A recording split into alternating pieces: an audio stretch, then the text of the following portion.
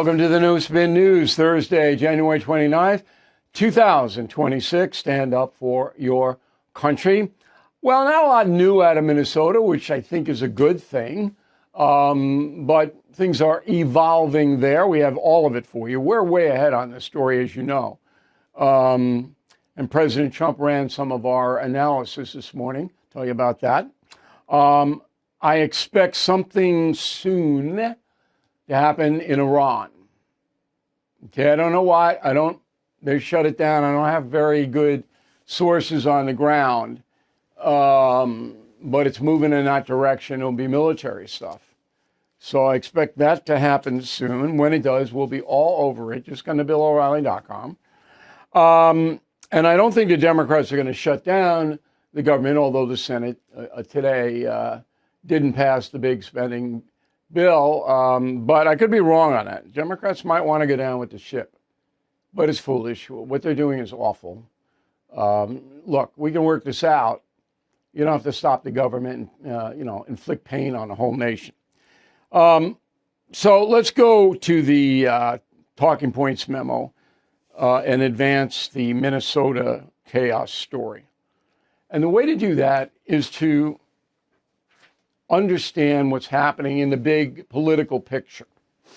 So when Barack Obama was president, 2 terms, as you know, all right, and the last one was 2012 to 16, or 2013 to 17, all right, he lost in 16. The Democrats lost to Trump. Now, in the second term, there were some very interesting statistics about illegal immigration. So, in one term, Barack Obama deported more than 2 million foreign nationals. 2 million. Now, compare that to Biden's 4 years in office, 545,000. Look at that. In Trump's first term, he deported 935,000. So Obama leads the league by far in deportations. Yet you didn't hear his own party crucify him at all. You didn't hear the American media go after Barack Obama, did you? No, they didn't do it. That just shows you how hollow this whole thing is. Now, just give you another stat that you find interesting. Asylum applications filed under Barack Obama's last term, 4 years, 239,000. And the Obama administration only granted 35,000 asylum.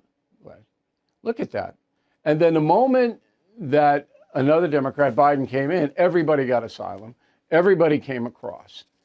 And the party applauded that. But the party didn't, as I said, criticize Obama. All right? So Barack Obama, if you read Confronting the Presidents, I gave him pretty good marks. I don't like the way Obamacare was put together, but he worked hard. And I thought he had a pretty good vision of what was right and what was wrong. And he was very clear about illegal immigration. Roll the tape.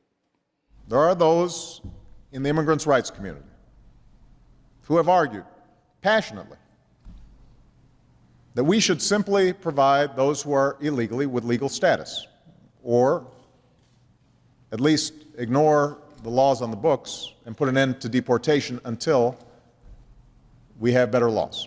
Ultimately, our nation, like all nations, has the right and obligation to control its borders and set laws for residency and citizenship.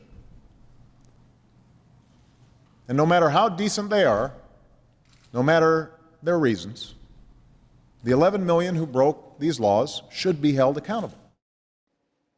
And now, every single Democrat elected to the House and Senate disagrees with Barack Obama. That's a stunning piece of history, a total reversal of a party philosophy. And Mr. Obama is still very popular among Democrats. And I'll tell you why this is happening in a moment. So there was a little bit of dissent, to be fair. Some House Democrats sent letters. They didn't like the detention and breakup of the families. Nobody likes that. On and on. But it was very muted. And the press just totally, the way you didn't see every night, oh, these poor immigrants, these poor, None of that happened. None of it. Okay, now why the change? Why the change in the party? This is a key question. Republicans have remained consistent. No amnesty, close the border, enforce the law. But the Democrats have changed 180 degrees. So there's a group that Sinclair Broadcasting, they have a show every week, the National News Desk, and they tackled this question just recently, maybe a week ago. Roll tape. So a former DHS senior advisor tells us he believes this Democratic shift started with the Biden administration and is now intensifying during Trump's second term, noting how previous Democratic administrations handled illegal immigration and the changes from 2021 to 2025. The first administration in history to completely abandon their federal responsibilities to secure the border and enforce the immigration laws of this country. Pointing to the numbers, national security expert and former DHS senior advisor Charles Marino telling the National News Desk he believes this Democratic reversal in part started 5 years ago. We have seen now an abandonment by the party at large where they do not want to see these laws enforced. 5 years ago. Why did they do it?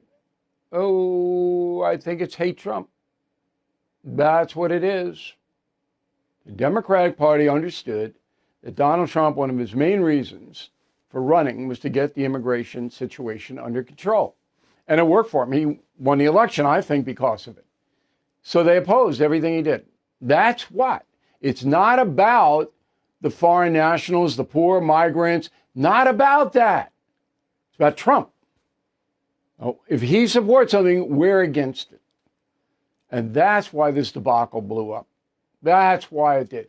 Because anybody could see under Biden the disaster. 15 million people, maybe 1.5 million hardened, violent criminals, Americans getting brutalized. You've heard all the cases, okay? Anybody could see it. And it's wrong. And that's what we're dealing with today. So the reason that the Democratic Party, and to this very moment, will not cooperate on immigration law at all is because they hate Trump. And that's the memo. Let's face it, the U.S. economy is under stress. National debt rising, trade war shaking the markets. And meanwhile, China is dumping the dollar and stockpiling gold. That's why I protected my savings with physical gold and silver through the only dealer I trust, American Hartford Gold. And you can do this. Get precious metals delivered to your door or place in a tax-advantaged gold IRA. They'll even help you roll over your existing IRA or 401k, tax and penalty free. With billions in precious metals delivered, thousands of 5-star reviews, and an A+ from the Better Business Bureau, you can trust American Hartford Gold as I do. Please call 866-501-5201 or text BILL to 65532.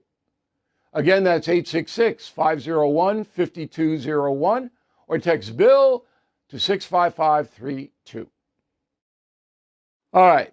Now, Minnesota used to be a fairly close state. Again, 5.5 million residents, very small. I remember covering the Al Franken, the despicable human being that he is, running for Senate against a guy named Republican named Norm Coleman. And it was close, really close. And we spent a lot of time on the O'Reilly factor because we despise Franken and understand what kind of a destructive person he is. So we spent a lot of time on this. And Franken ultimately prevailed and had to resign later on. But what happened to a state that was close and now is a state is crazy left? Joining us now from Marshall, Minnesota, is a former House Minority Leader for Minnesota, Marty Seifert. So, Marty, very simple question. What happened, man? What are we looking at here? Well, Bill, I think one thing that people don't understand about Minnesota is close. The Minnesota House of Representatives has 134 people. There's 67 Democrats and 67 Republicans. The Senate has 67 members. They have 34 Democrats and 33 Republicans. It couldn't be any closer we have 8 members of Congress. 4 are Democrats, 4 are Republicans. With Tim Walz as her running mate, Kamala Harris got a little over 51%. So if you look at the real statistics in Minnesota, we are a tied state with a tiny bit of lean to the Democrats. But because 59% of our population lives in the 7-county metro, it does tilt our statewide races more towards the liberal side, and we hold no statewide office. We haven't won a statewide election since 2006. 20 years ago, Tim Pawlenty got elected by a plurality. When I was in the legislature, I was elected in 96. We had a moderate Republican governor, Arnie Carlson, for 8 years. We had Jesse Ventura, you might remember him. Sure. An independent for 4 years, and then Tim Pawlenty, a moderate to conservative Republican, for 8 years. So I never served with a Democrat in Minnesota as the governor. I had 2 Republicans and an independent for the 14 years I was in the legislature. Now, you said what's happened. Minnesota has, like a lot of states, it's become more polarized. We used to have a lot of split tickets. I won my House seat the first year, the same year that Bill Clinton carried my seat, and I had a Democrat congressman carry my seat. But people split their ticket for me as a Republican. So I have Southwest Minnesota in my area. So if you look at Minnesota just from an analytical point of view, the loud have gotten a lot of attention, but I would say the silent majority, that the butcher, baker, and candlestick maker that mind their own business, that work hard, raise their kids, they don't have time to go out and blow whistles and scream at people. But we do have a lot of concerns in Minnesota. We have a deep humanity here. The death of that young man in Minneapolis is disturbing to anyone who watched it. And I'm Republican, but I'm not dumb. And I know there's a fine line between those two sometimes. But at the end of the day, we do have to have some humanity, and this has to be toned down. I watched Tom Homan's press conference this morning, and I think Tom Homan is not leaving the state, he said, until I have this figured out. And his talks with Governor Walz and Attorney General Ellison and our public safety commissioner were very, I think, very, what do I want to say, constructive. Yeah, and I'm going to get to the specifics. ICE is changing a lot of the things, but here's my analysis. And I've been in Minnesota many times, and up in Rainy Lake, up north. And what you're saying is right, that the rural part of Minnesota is traditional conservative, and the big city dominance in the Minneapolis, St. Paul is very liberal. But when you have a stranglehold on the messaging, which Walz and Frey and your crazy attorney general and the Minneapolis media, which is all left wing, all right, when you have that kind of a stranglehold, that is the impression that gets out. And you mentioned Mr. Preddy, the Minnesotan who was shot down and killed. Well, he was the victim of agitation by the far left, in my opinion. Would you disagree with that? Well, I look at it from this perspective, and I haven't studied that deeply, but at the end of the day, we have a young man whose dad was shot multiple times. Was he radicalized by people? I don't know. I think a lot of people in Minneapolis got caught up in feeling constitutional rights were being abused. And it's not all paid agitators. I have people that I know personally who went out because they felt that it was just getting over the top on how things were happening. Now, ICE operations, in my opinion, happened here and in all other 49 states under Barack Obama, as you just outlined here a few minutes ago. And it was done professionally and quietly. And I think announcing the cavalry is coming with uniforms and press conferences and all this, there's better ways of executing the laws. Everybody knows that the footprint of the federal government might have been lessened. But if you're going to tell me that a 37-year-old guy who kicks the backlight out of an ICE truck 8 days ago and breaks his rib in a process, and then seeks out a confrontation with ICE agents while carrying a loaded gun. If you're going to tell me that's rational Minnesota conduct, it is not, Marty. It's not. I'm not rationalizing that, Bill. I'm just saying that. Just so you know, at the end of the day, what we watched on TV in Minnesota was no end of any days, okay? There's no end of any days. That man and the woman before him, Miss Good, all right, are the victims of this far, far left demonization of the federal government. That's what they're victims of. And anybody who disputes that doesn't want to know the truth. Well, I think your point is well taken, Bill, that if you want to avoid conflict, you don't walk into conflict with a loaded gun. I think people all understand that. I think this will all get litigated as time goes on motivations and time frames and so forth. But anyone who watched the film is disturbed by it, whether they're conservative, whether they're independent, whether they're Democrat, whatever. We're not callous here, and we have called a month ago for a lighter approach by the federal government. Marty, thanks very much. Good to see you. Stay well. Appreciate it. When you're buried in credit card and loan debt, it's easy to put it off and say, I'll deal with it later. But here's the thing. Done with Debt has a little known strategy that can dramatically reduce or even erase what you owe. They will aggressively engage your lenders because they know rich credit card and loan companies are doing year-end accounting and cutting deals to clear debt fast, meaning you need to start with Done with Debt right now. They can help end your debt fast without bankruptcy or loans. In fact, most clients have more money in their pocket the first month. So get started while you still have time. Go to donewithdebt.com. Talk with one of their specialists for free. Visit donewithdebt.com, donewithdebt.com. You've heard me talk about All Family Pharmacy before, and I'll keep talking about them because they are truly doing things right. They're fast, reliable, and they care about getting people the meds they need without all the runaround.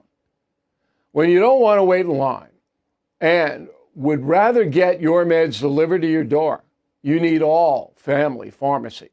When everyone around you is sick and you want to be prepared, you need All Family Pharmacy.